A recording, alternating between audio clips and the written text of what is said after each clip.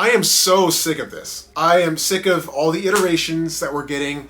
It's just nonstop, the changes, the race swaps, the gender swaps, and I'll get into that. So before you just destroy me in the comments, the point is, do you remember the old days where when we watched the animated series Spider-Man, just the 90s television Spider-Man series on, what was it, on Fox or Warner Brothers, WB?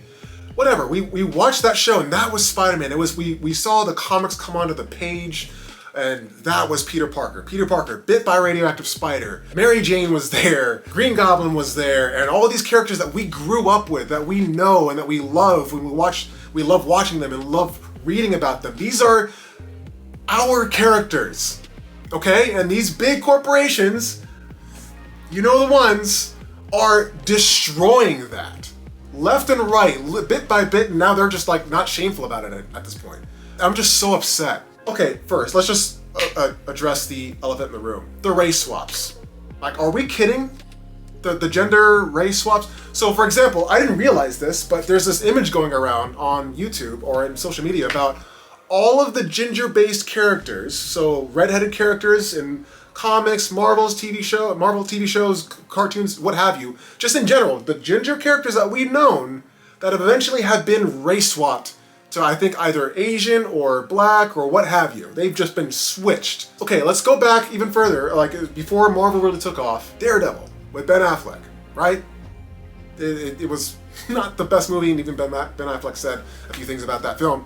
Not the best film, but it was still cool. Kingpin, as you remember, if you remember watching that, is black. Now back then, it didn't bother a whole lot of us that much, right? The woke culture hadn't even really come into play, maybe subtly for those of us who were paying attention, maybe, but I was too young to understand. So from my understanding, from my perspective, it wasn't really that crazy as it is today. But Kingpin was black, and I saw that, I'm like, I thought he was white in the comics, but okay, let's see how this goes.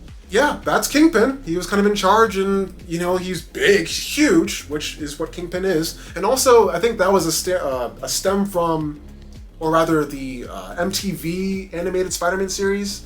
That was a stem from the Ben Affleck film with Kingpin, as far as using that same Kingpin, because in that series, the animated series, Kingpin was also black in that. Wilson Fisk was also black in that. And again, watching that series, which was a really underrated series, which I thought was really good. Sucks that it got canceled. A really great show, really great Kingpin. He did pretty good. We took it as it was, and it was fine.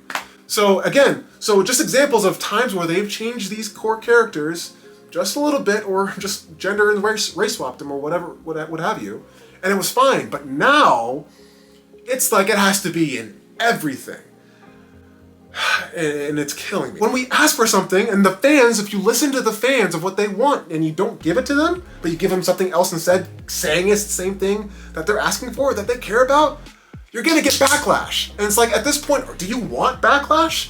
Do you like money? Because you're not gonna make it, because we're not gonna watch, people are not gonna watch the show. Maybe the first two, for those that are curious, I'm just gonna admit, I might, just to see like how bad or how effed up it is compared to what we know. This is not gonna fly. This was never going to fly. Simply put, give us who we want, don't race swap them, and if you're gonna create a character that has the same archetypes as the ones that you're changing, then just create a different character. There's a comic that created their own unique take of a superhero, African-American superhero. I don't know much about it, but I think it's called Isom. And it's apparently a well-beloved comic that is really good. It has a really good character base, and it's not tied to any woke crap with a hidden agenda. It's its own thing, and it's great. Create its own thing, and it'll be great. But don't try to force it down our throats saying it's the thing we wanted when it clearly is not. It doesn't make any sense. Harry Osborne and Norman Osborne, that's not Norman Osborne. You gave him the waves, and apparently there's a meme that is pretty well known with Norman Osborne saying that, well, you know, I'm a bit of an African-American myself. You know, the phrase from Tobey Maguire, the first Spider-Man movie, I'm a bit of a scientist. And he has the waves. It's really funny. I'll probably put it up if I find it. But why? Because he has waves, and that is supposed to address the African-American community, or why? I don't care if you make a character gay or homosexual or lesbian. I don't care. But don't take a character that is beloved and make them that, because that character that we love is no longer this. It's just not. If you're going to make a gay character or whatever, make him fit within the story that makes sense, and there you go. Or create a series or create a character in its own thing, make it great, and there you go. But don't change core characters with the DNA of what we know and love. Change them completely and say, here you go, here's Harry Osborne and Norman Osborne, here's the Green Goblin. It's not what we want. It's as simple as that. Have we completely lost our creative ability to just create unique individual characters within their own race that make sense, that have not and are not originally a different kind of character? I hope that made sense. But for example, Spectacular Spider-Man. Now that is like one of the pinnacles for me personally, and I'm sure a lot of you, the perfect Spider-Man series. It was done so well. Josh Keaton, I believe is his name, the voice actor. He portrayed Peter Parker incredibly well. As far as the balance between Spider-Man and Peter Parker, his love life, his relationships, his friendships, school, his responsibilities as Spider-Man, different villains. And yeah, they had creative liberties with how some of those villains and some of those origins took place. Fine. But the core of it, the core of Norman Osborn, a stuck-up jerk of a father who only cares about, his business and corporation and making it and kind of having control, and doesn't care about his son. His son feels neglected, and he respects Peter more than his son, and son gets upset. So that dynamic is there. It's established. Whether they grab that from somewhere else, wherever they grabbed it from, they understood it too. It's the core values of these characters. The mental struggle that Peter Parker had with trying to pay rent and help Aunt May and Mary Jane, another ginger, now black.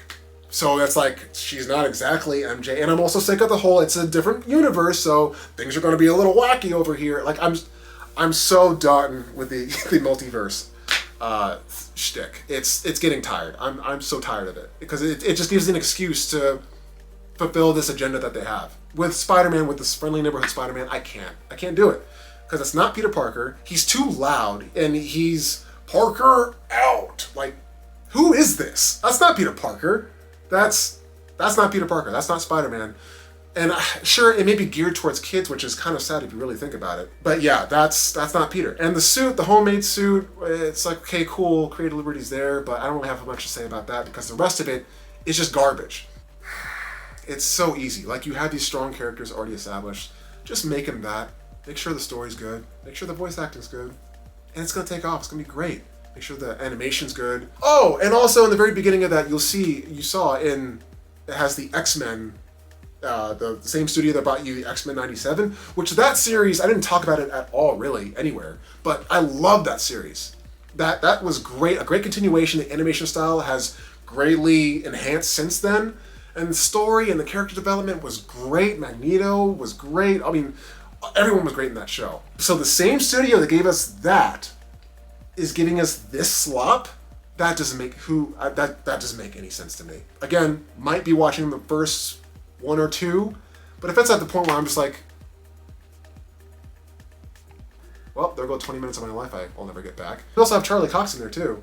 He's gonna be the Daredevil, and you have all these different characters that look like they're picked straight from the comics, like Dr. Octopus, Mysterio, Iron Man's I think in there somewhere, and also yeah, the fact that yet again, Peter Parker in the MCU has yet to be his own Spider-Man. He's grinding in the dirt. He's trying to pay rent. He's always late. He's missing out on his friendships, his life. He's letting Aunt May down. It's all on him. He's a self-established superhero who started out as a teenager.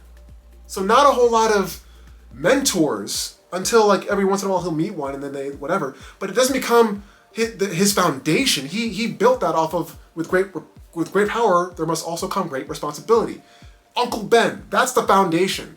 Not Tony Stark, not Norman Osborn, not anyone else that can help him establish his place in the world as a superhero. No, Peter Parker did that off the basis of the lesson he was taught by Uncle Ben, and using that and growing with age and experience and the people that he meets along the way, that's how he becomes Spider-Man. That's how he became the one we all know and love. He's not just given all of these handouts, like saying, here you go, here you go. He was handheld the entire time. not given a chance to be his own. And at the end of No Way Home, when he creates his own suit, and no one remembers Peter Parker, but people remember Spider-Man, he creates his own suit, he got his own place, he's studying for his GED, and he hops out the window and yeah, we got our Spider-Man back. And then all of a sudden Sony says, nope, it's going to be another multiversal thing with Andrew and Toby. They're back. Oh boy, we know how much you love that. And now they're back. No. Why can't we just establish this Spider-Man in the MCU, the one we're going to be watching for the next, 3 movies before Tom Holland says he's going to hang it up and raise a family? I think is the most recent news that came out. We can't seem to get just... He's a street-level superhero just trying to make it out on his own and learn how to be the best he can be for the city of New York. And we were going to get that with like Daredevil and Kingpin and kind of a street takeover type of thing where Kingpin is kind of the thing and Daredevil. That would have been great, but now it's like, nah, let's step it up like quite a few quantum leaps here. Let's make it a multiversal thing where Noel's going to be involved maybe, and Andrew and Toby are back and they're going to be with him for the majority of the time. Like, he's not established. Tobey Maguire, like, need I go on, really? But Andrew Garfield, Tobey Maguire, those Spider-Men, they learned how to do what they had to do without a mentor. They screwed up, they failed, they learned from their mistakes, they became better for it. Next movie, same thing. There's no one helping him. It's them being their own hero. Their own man. But I don't know. It just breaks my heart. I mean, breaks my heart that this is what we're getting these days. I don't know, I mean, I think with Spectacular Spider-Man, that got canceled because it couldn't sell enough toys or something. Could be wrong, it's been a while. But that was a great series. I wish they would bring it back or continue it, but they're just not going to. But the essence of that, if they could bring that into a new project and just make it great, I don't know. Like, we're getting this now, so it'll probably be another decade before we get a decent Spider-Man film, series, whatever. But anyway, I'm going to stop ranting because probably going on quite a long time here at this point. But I just wanted to get on. I saw the trailer. It was garbage. People hated it. It's got terrible backlash. I don't know if Marvel/Disney was planning for that. I mean, I don't know how you could miss that. I don't know how you would expect a different response from what you're getting, but whatever. I'm not in Disney. I'm not in Marvel. I don't make these decisions. I just love the stuff, or used to, and a lot of people are now turning away from what they used to love. You're doing this, Disney, Marvel. You're doing this. Not us. We're just sitting here trying to hoping for a better day of content, of entertainment, stuff we used to know and love, and not all the stuff you're changing for the sake of making money, which good luck with that, because you're losing fans by the dollar. Anyway, yeah, that's enough. So, watch the trailer, and did you watch the trailer? Are you going to watch the series? What did you guys think of the trailer? Leave a comment down below. Let me know what you guys think. And yeah, a lot of stuff happening, left and right, and it's a mess. And I'm hoping that someday we'll get it cleaned up. We got the the Avengers movies coming out, not soon, but in a couple of years. Hopefully those are good, but it's just sad. It's just sad, the thing that we waited for and loved to watch trailers for and got amped. And life's getting sucked out of us. And it's sad. So, on that bright note, thanks again for joining me. I'm Spidey Trainer. Thanks again for watching. And before you head out, remember to hit the like button, hit subscribe, and hit the bell for more notifications on whatever video I have coming up next. And until next time, please try to stay amazing.